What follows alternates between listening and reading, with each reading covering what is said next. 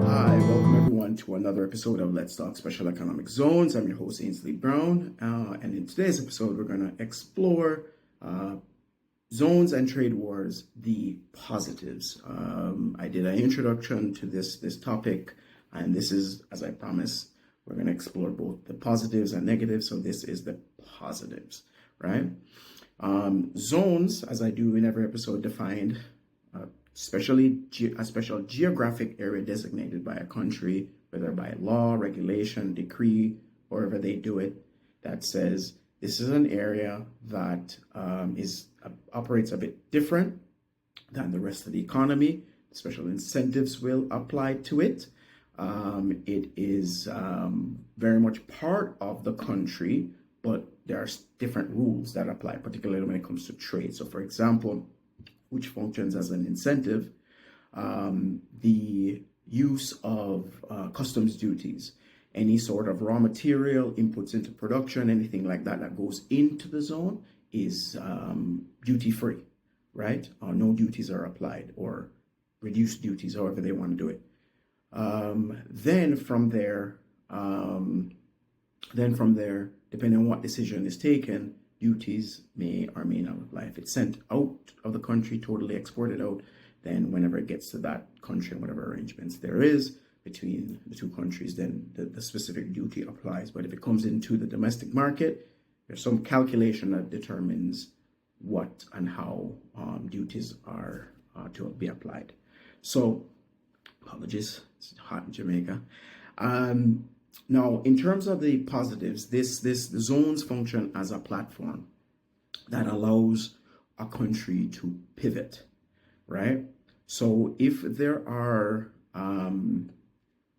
duties or sanctions or tariffs that are associated that are driving up inputs of production, or actual driving up the cost of your exports because those have been applied to your country, then what the zones do, because of the built-out infrastructure and helping to lower the cost of production inside of those zones, whether for goods or services, or I should say services, those zones are allow a country to pivot. So whether it is different products, different types of investors you're going to try to attract, new markets, so it's same products but different markets, new suppliers that you want to bring in.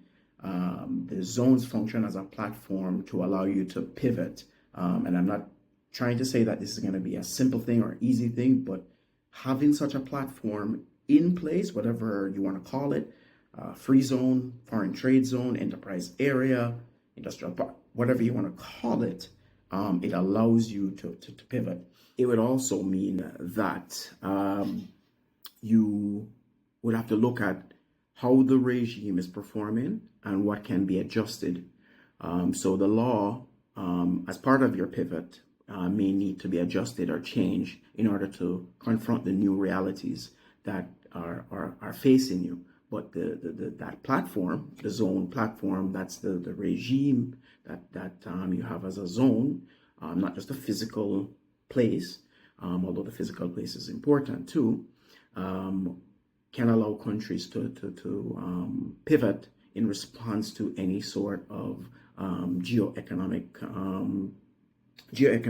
confrontation or geopolitics at play in the form of trade wars, whether those impact you directly or indirectly. No matter what, countries are going to be impacted. So supply chains are going to respond and reconfigure themselves, because as much as we saw trade wars ensue over the many years, sanctions being put on China, for example, or tariffs being put on China from the U.S., trade between the U.S. and China actually grew, even with those being put on, right?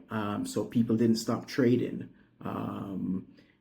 What happened is what was being traded kind of shifted a bit, but things still continued. And new supply chains started to happen. A good example is Morocco, for example, and the EU. The tariffs that the EU has put on China and its electric vehicles. What the Chinese have done is they have, rather than ship directly from China, or they're still doing that, but what they've done is they've shifted production to Morocco, right? Morocco is right below Europe, and there's a trade arrangement between Morocco and the EU. So provided they meet the rules of origin in terms of the configuration and the labor costs and where things are sourced, the vehicles are Moroccan, right? And meet the rules of origin that way, but they're from the Chinese brand. So that's the positive side of how having a special economic zone regime can help you pivot or to, I guess, cushion some of the challenges associated with trade wars. In the next episode, I'm going to cover the negatives, right? So if you, that's the end of this episode. If you want to see me do a particular episode, just leave me a comment down below, and remember to like, share, and subscribe. Bye for now.